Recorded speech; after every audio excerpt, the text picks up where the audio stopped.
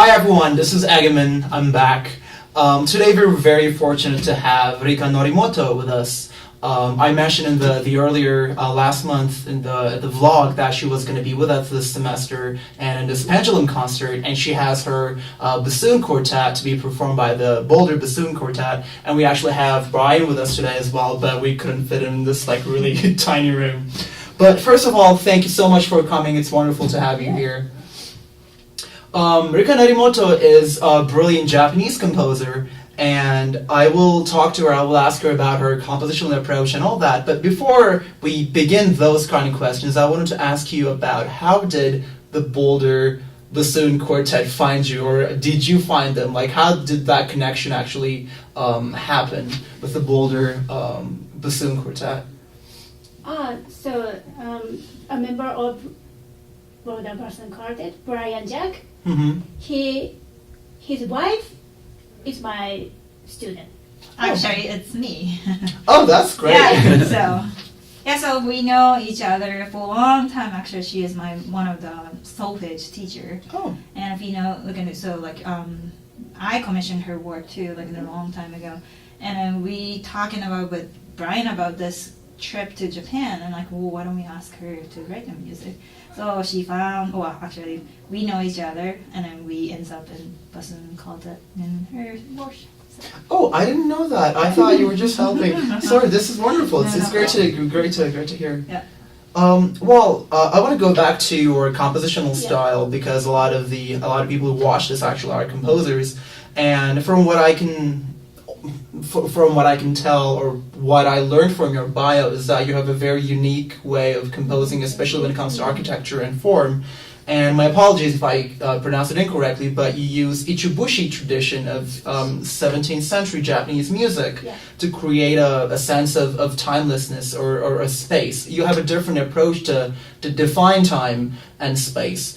And I could only hear a couple of pieces of yours, but what was a piece that I just heard, and I was actually really enjoyed it. It was your one-wood quintet, and I could totally hear all these spatialization via long notes that are interrupted to create a different sense of time and space.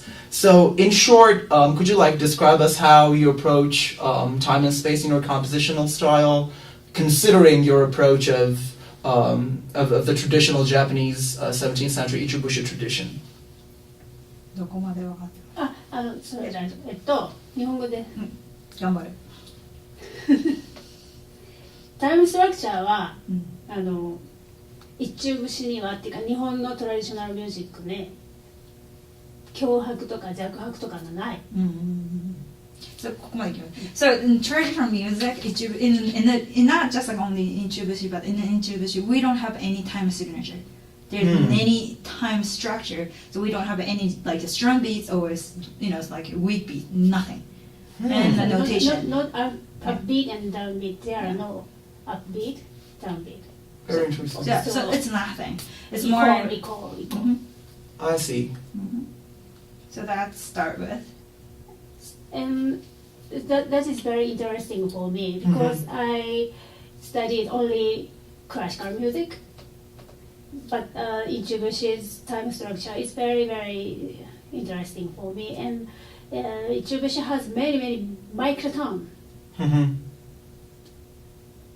So, and I tried to write the gosen Stuff. Five Stuff, yeah. Stuff. And in the stuff, yeah. So the Western style, but it was impossible because the time structure is very different from classical Western style and Ichibushi, and there are many microtones.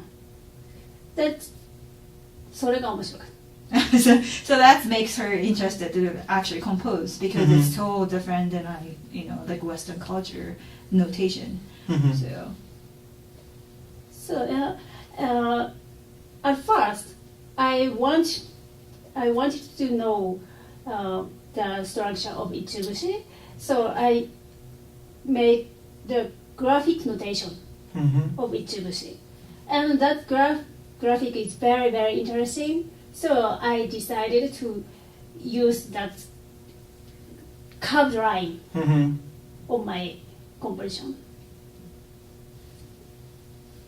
Yes, Clear? that makes sense. Absolutely. In fact, I wanted to ask you about your several influences of yours, if there are any, because before I actually knew about the ichibushi in your influence in your music, the closest sonority I could think of was Salvatore Sciarino's music, and the sense of time and lack of time by actually very long notes, similar to what I experienced in your music, that are constantly interrupted by like big bangs or just like bigger interruptions, sort of reminded me of that. So along with those lines, what are several influences other than the Japanese traditional music that define your sound, do you think? います。その日本のそのなんか影響された人じゃなくて、その他の西洋の作曲家で自分のスタイルに影響した人っていると思います。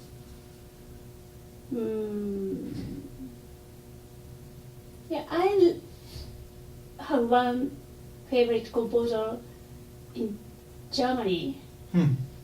I like Wolfgang Grimm's. Oh, you like Green? Yeah, his music is very good for me. His music has strong energy, very, very strong energy. But it is not influence Your style of music? my style. It is very difficult question. It is, isn't it? Yeah, it's one of the most difficult. What is your approach to harmony then? Like, do you find any correlations with Wolfgang Grimm's music and your music when it comes to harmony? Harmony? Nothing. Nothing. But his harmony, 80s or 70s, his music, that very, very strict harmony. I like very strict sound. And I use many interval minor second or major seventh. でもそういう影響をほとんどスタイルとしては受けてない。So like she liked his music, but her style is nothing about Nothing, it. yeah. It's like really individual, like she I think understand her the style.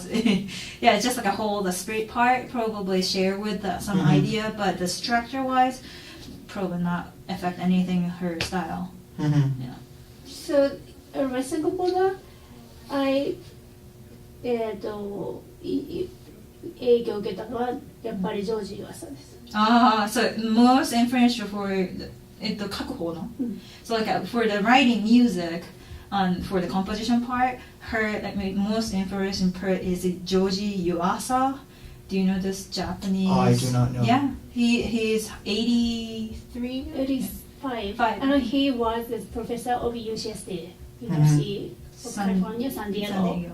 Yeah. So he's kind of her mentor, kind of teacher, kind of. So her like influence for the writing part is definitely George Yuasa. Got it. One of the I heard the Boulder Bassoon Quartet actually online talking about your compositional approach and all that. It was one of the most fascinating interviews actually, and most of the questions I wanted to ask were actually answered there by the players, which is a great